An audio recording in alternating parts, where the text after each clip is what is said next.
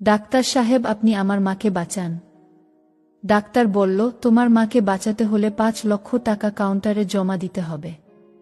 আমি বললাম, ডাক্তার সাহেব, আমি মাত্র ক্লাস 7-এ পড়ি। আমার বয়সটাও অল্প। আমি একজন ছোট মেয়ে। আমার কোনো ভাই বোন নাই। আমার মা ছাড়া এই পৃথিবীতে কেউ নাই। ডাক্তার বলল, তোমার কে আছে বা কে নাই সেটা আমার দেখার বিষয় না। আমি ডাক্তার সাহেবকে বললাম, আপনি একটু দয়া করুন। ডাক্তার তখন বলল, আমি একটা শর্তে তোমার মাকে বাঁচাতে পারি। আমি বললাম, আপনি বলুন কি শর্ত, আমি সব মেনে নিব। ডাক্তার বলল, তুমি আমাকে কিছু দিতে হবে। আমি বললাম, কি দিতে হবে ডাক্তার সাহেব? ডাক্তার বলল, তুমি আমার অন্য একটা অফিসে এসো আজ রাত 12টার পরে। আমি তোমার মায়ের সমস্ত চিকিৎসার খরচ আমি দিব। ডাক্তার সাহেব যখন রাতের কথা বললেন তখন আমার মনের ভিতর ভয় কাজ করছিল, কিন্তু কিছু করার নেই। আমি ডাক্তার সাহেবের কথা না শুনলে আমার মায়ের চিকিৎসা হবে না। আর তাই আমি বাধ্য হয়ে আমি ডাক্তারের সাথে রাত 12টায় তার অফিসে গেলাম। ডাক্তার আমায় দেখে বললেন, তুমি এসেছো, আসো আমার রুমে। আমি ডাক্তার সাহেবের রুমে গেলাম। তারপর ডাক্তার সাহেব বললেন, তোমার কাছে আজ আমি যা চাই তাই দিতে হবে। যদি না দাও তাহলে তোমার মা বাঁচবে না। তারপর ডাক্তার সারা রাত আমার সাথে যা করেছিল তা শুনলে তোমাদের অবস্থা খারাপ হয়ে যাবে। আসল ঘটনাটি শুরু করার আগে তোমাদের কাছে একটা অনুরোধ, তোমরা আমার চ্যানেলটিকে সাবস্ক্রাইব করে পাশে থাকবেন। তাহলে আসল ঘটনাটি শুরু করা যাক। আমার মায়ের শরীর খুব খারাপ ছিল। আমি তাকে ডাক্তারের কাছে নিয়ে গেলাম, কিন্তু তার চিকিৎসা করানোর টাকা আমার কাছে ছিল না। ডাক্তার বলল, মায়ের চিকিৎসা করাতে হলে আমার অফিসে চলে এসো। মায়ের চিকিৎসার জন্য আমি ডাক্তারের পার্সোনাল অফিসে গেলাম। আমার নাম সাইমা। আমার বয়স 13 বছর। যখন আমার মায়ের শরীর খারাপ হয় তখন তাকে আমি অনেক ডাক্তার দেখাই, কিন্তু কোনো লাভই হয় না। দিন দিন মায়ের অবস্থা আরও খারাপ হতে থাকে। ডাক্তাররা মায়ের রোগটাকে অপ্রতিকার্য ঘোষণা করেছিল, কিন্তু মা ছাড়া আমার আর কেউ ছিল না। আমি মায়ের এই অবস্থা দেখে খুবই কাঁদতাম। আমি মায়ের একমাত্র মেয়ে ছিলাম। আমার কোনো ভাই বোন ছিল না যে আমাকে সাহায্য করবে। মায়ের চিকিৎসার জন্য আমি আমাদের সমস্ত জমিজমা বিক্রি করে দিয়েছিলাম। এখন আমার হাতে বেশি টাকাও নেই। মায়ের অসুস্থতার খবর পেয়ে একদিন কাকা আমাদের বাড়িতে এসে বলে, তোমাদের উপর দিয়ে এত ঝড় বয়ে গেছে, আর তোমরা আমাকে একবার খবর দাওনি। একবার যদি আমাকে ফোন করতে তাহলে তো আমি চলে আসতাম। আমি কাকে কি আর বলব, অনেকবার আমি কাকার বাড়িতে ফোন করেছিলাম আমাদের অবস্থার কথা বলার জন্য, কিন্তু কাকিমা প্রত্যেকবার আমাকে অপমান করে ফোন কেটে দিয়েছিল। কাকিমা বুঝতে পেরেছিল যে আমি তার স্বামীর আর ছেলের কষ্ট করে রোজগার করা টাকা খরচা করতে চাই। কাকা মায়ের সাথে অনেক কথা বলল আর মা চুপ করে শুনো। মায়ের সাথে কথা শেষ হওয়ার পর কাকা আমাকে বলল, সাইমা, তোমার জিনিসপত্র গুছিয়ে নাও, তোমরা আমার সাথে আমার বাড়িতে যাবে। আমার একবারেই ইচ্ছে ছিল না তো কাকার বাড়িতে যাওয়ার। কাকার ছেলেকে আমার পছন্দ নয়, কিন্তু কাকা বলল, যতদিন না আমার মা পুরোপুরি সুস্থ হচ্ছে ততদিন আমরা তাদের বাড়িতেই থাকব। আর কাকার বাড়িতে থাকা মানে রোজ কাকিমার কথা শোনা। কাকিমা এমনিতেই আমার সৌন্দর্য দেখে হিংসা করত। সে বলতো আমি সব ছেলেকে আমার রূপের জালে ফাঁসায়, কিন্তু কাকা জোর করল, তাই আমাকে বাধ্য হয়ে জিনিসপত্র গোছাতে হলো। কাকা আমাদের তার বাড়িতে নিয়ে গেল। কাকি তো এই খবরটা পেয়ে গোটা বাড়ি মাথায় তুলে বলতে লাগল, এমনিতে এত খরচ, তার উপর আরও 2জন মানুষকে বাড়িতে নিয়ে এলে এদের খাওয়া পড়া খরচা কে দেবে? তখন কাকা গিয়ে কাকির কানে কানে কিছু একটা বলল আর কাকি চুপ করে গেল। কাকি আমাকে বলল, যাও সাইমা, তোমার মাকে নিয়ে ঘরে যাও। আমি যেতে যেতে ভাবতে লাগলাম যে কাকা কি এমন বলল, কাকিকে যে কাকি এই রকম বদলে গেল। কিন্তু কিছুক্ষণ পর আমি ব্যাপারটা ভুলে গেলাম আর মাকে নিয়ে চিন্তা করতে শুরু করলাম। আমি ভাবলাম যে আমি যদি শহরে কোনো ছোটখাটো একটা চাকরি খুঁজে নিই তাহলে মায়ের চিকিৎসার টাকাটা জোগাড় করতে পারব। কিন্তু আমার চিন্তা ছিল যে কাকা যদি আমাকে চাকরি করতে না দেয়। পরের দিন সকালে উঠে আমি প্রথমে রান্নাঘরে গেলাম কিছু খাবারের বন্দোবস্ত করতে। তখন কাকি রান্নাঘরে এসে আমাকে বলল, দেখো সাইমা, এখন তো তোমাকে আর তোমার মাকে এই বাড়িতেই থাকতে হবে। তুমি তো জানো জিনিসপত্রের দাম কিরকম বেড়েছে। তুমি এক কাজ করো, শহরে কোনো ছোটখাটো একটা চাকরি খুঁজে নাও, তাহলে কিছু না হোক মায়ের ওষুধ খরচা তো তুমি দিতে পারবে। বাকি ব্যবস্থা আমি আর তোমার কাকা করে নেব, সে নিয়ে তোমায় ভাবতে হবে না। আমি কাকির এই রূপটা কোনোদিনও দেখিনি। তার ব্যবহার একদম বদলে গিয়েছিল, আমার মায়ের খুব ভালোভাবে খেয়াল রাখছিল। আমি দেখে অবাক হলাম যে এক রাতের মধ্যে কাকি এতটা কি করে বদলে গেল। কাকা কি এমন বলল কাকিকে যে সে নিজেকে বদলাতে বাধ্য হলো? সে যাই হোক, সে আমার সাথে খুব ভালো ব্যবহার করছিল। আমি তো এই বিষয়ে খুশি ছিলাম যে আমি এখন চাকরি করতে পারবো, কেউ আমাকে বাধা দেবে না। আমি ঘরে এসে মাকে বললাম যে আমি চাকরি করতে চাই, কারণ আমি জানি মায়ের এটা জানা দরকার তার মেয়ে সারা দিন কোথায় থাকবে। মা আমাকে চাকরি করতে বারণ করল না। মা ও বুঝতে পেরেছিল যে এখন আমরা কাকার বাড়িতে আছি, তাই নিজেদের খরচাটা যতটা সম্ভব নিজেদেরকেই চালাতে হবে। শহরে আমার একটা বন্ধু ছিল, তার নাম সুমন। আমি তাকে ফোন করে সব কথা বললাম। সে বলল, সাইমা, তুমি আমাকে 2 দিন সময় দাও, আমি চেষ্টা করছি আমার অফিসে তোমাকে একটা কাজ জোগাড় করে দিতে। যদি তোমার এখানে কাজটা হয়ে যায় তাহলে খুব ভালো হবে, আমরা 2 বন্ধু একসাথে কাজ করতে পারব। কথা শুনে আমি খুব খুশি হলাম, কারণ আমি প্রথমবার শহরে কাজ করতে যাব। কিন্তু আমার ভয় লাগছিল এই ভেবে যে শহরের পরিবেশটা কেমন হবে, আমি ওখানে গিয়ে মানিয়ে নিতে পারব কিনা। এই ভাবতে ভাবতে 2 দিন কেটে গেল। 2 দিন পর সুমন আমার বাড়িতে চলে এলো। সে বলল, সাইমা, তোমার ভাগ্যটা খুবই ভালো, কাল আমি অফিসে তোমার কথা বলতেই ওরা তোমাকে নিতে রাজি হয়ে গেল। ওদের একটা ভালো মেয়ের দরকার ছিল, এটাও বলেছে যে তোমাকে ভালো পারিশ্রমিক দেওয়া হবে। সুমনের কথা শুনে আমি খুব খুশি হলাম, কিন্তু আমার চিন্তা হয় যে অফিসে মালিক কেমন হবে। পরের দিন সকালে আমি সুমনের সাথে অফিসে এলাম। এসে আমি জানতে পারলাম যে মালিক আমাকে কাজে রেখেছেন। তিনি কোনো কাজে কিছু দিনের জন্য শহরের বাইরে গেছেন। এটা একটা সার্জিক্যাল কোম্পানি ছিল, যেখানে চিকিৎসার সরঞ্জাম তৈরি হতো। প্রথম কদিন আমাকে সুমনের সাথে রাখা হতো, যাতে আমি ভালো করে কাজ শিখতে পারি। প্রথম কদিন আমার অফিসে আসতে অস্বস্তি হচ্ছিল, কিন্তু আস্তে আস্তে আমি এখানে পরিবেশের সাথে নিজেকে মানিয়ে নিলাম। আমি সুমনের সাথে অফিসে আসতাম, আর ছুটি হলে তার সাথে বাড়ি ফিরতাম। 15 দিন হয়ে গেল আমি এখানে কাজ করছি, কিন্তু এখনো আমি আমার মালিককে দেখতে পাইনি।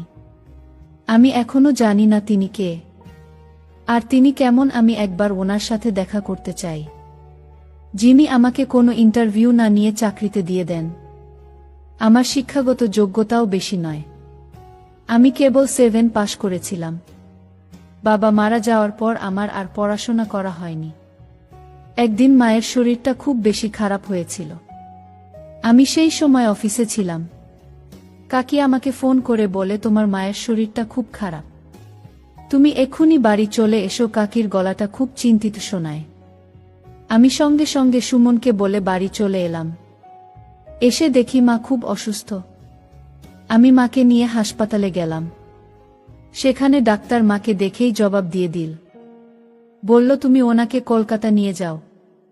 তখন আমার কাছে বেশি টাকাও ছিল না, কিন্তু তাও আমি মাকে কলকাতা নিয়ে এলাম। আমি চাই না টাকার জন্য মায়ের চিকিৎসা বন্ধ হয়ে যাক। কলকাতা নিয়ে এসে মাকে হাসপাতালে ভর্তি করিয়ে দিলাম। ওখানে ডাক্তার আমাকে ধৈর্য ধরতে বলে, তারা তাদের দিক থেকে পুরো চেষ্টা করছে।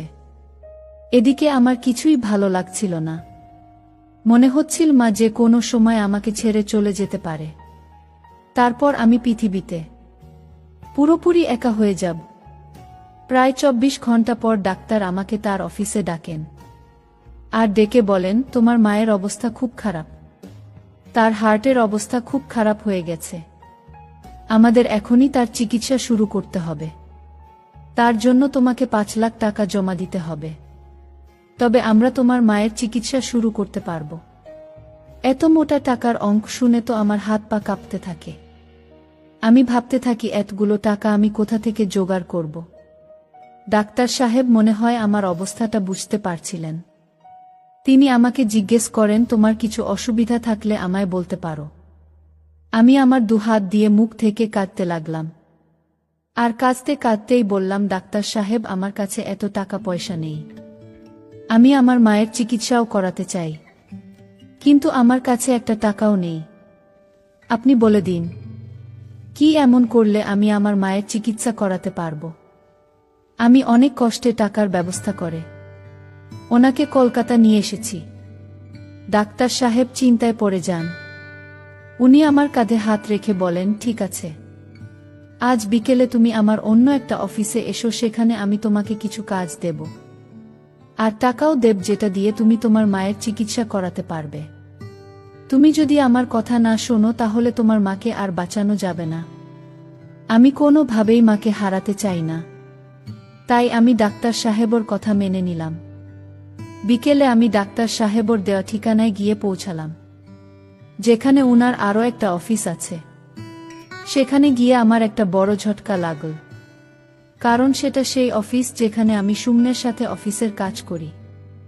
সন্ধে 7টা বাজছিল। ডাক্তার সাহেব আমার জন্য অপেক্ষা করছিলেন।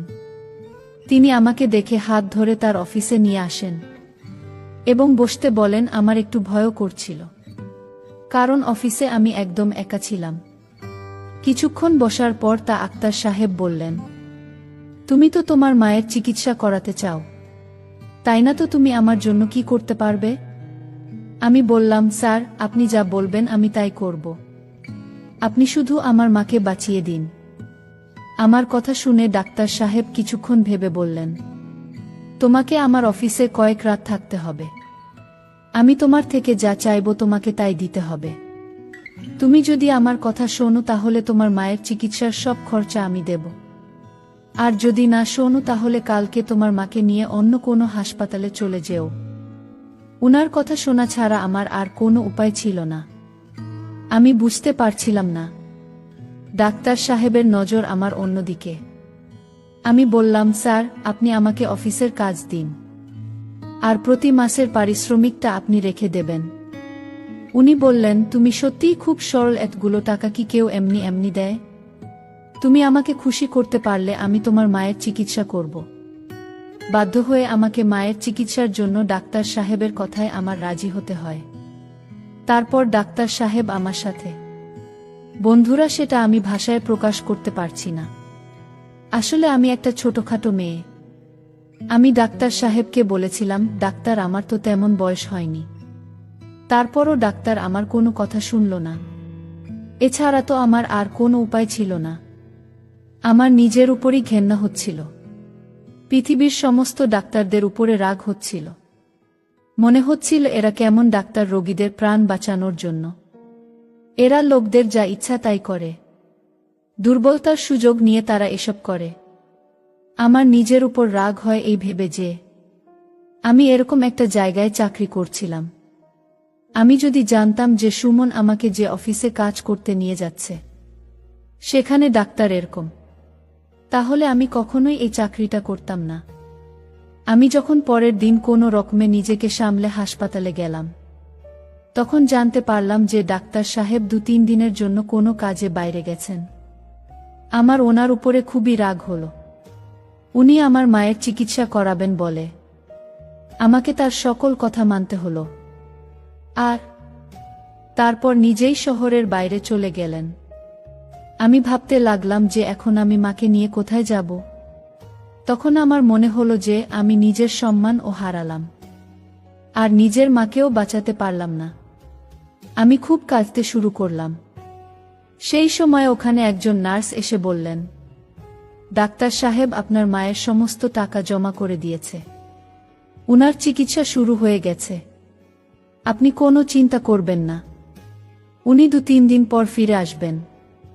এটা শুনে আমি কিছুটা স্বস্তি পেলাম। মায়ের প্রাণটা তো বেঁচে যাবে, কিন্তু আমি এখন এই মুখ নিয়ে কোথায় গিয়ে দাঁড়াব? মায়ের চিকিৎসার জন্য আমি ভুল পথে হেঁটেছি।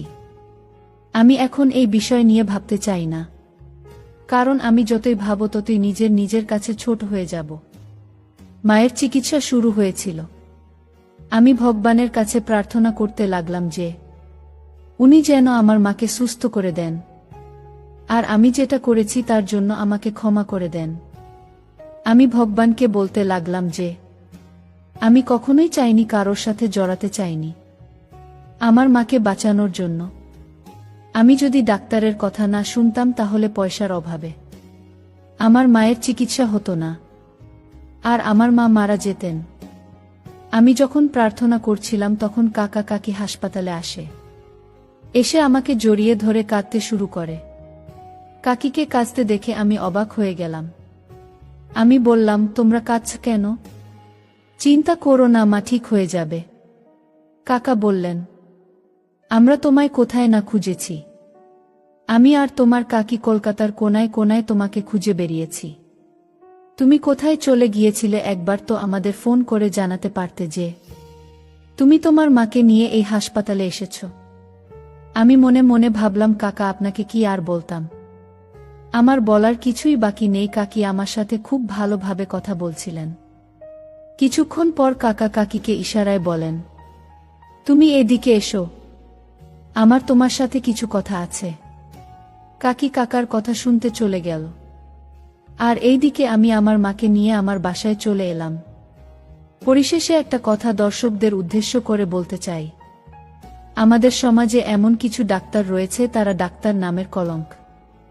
তারা মানুষের দুর্বলতার সুযোগ নিয়ে মানুষের সাথে খারাপ আচরণ করে, আর এই রকম ঘটনা আমাদের সমাজে বা বিভিন্ন দেশে ঘটছে। বন্ধুরা, গল্পটি কেমন লাগলো তা অবশ্যই কমেন্ট করে জানাবেন।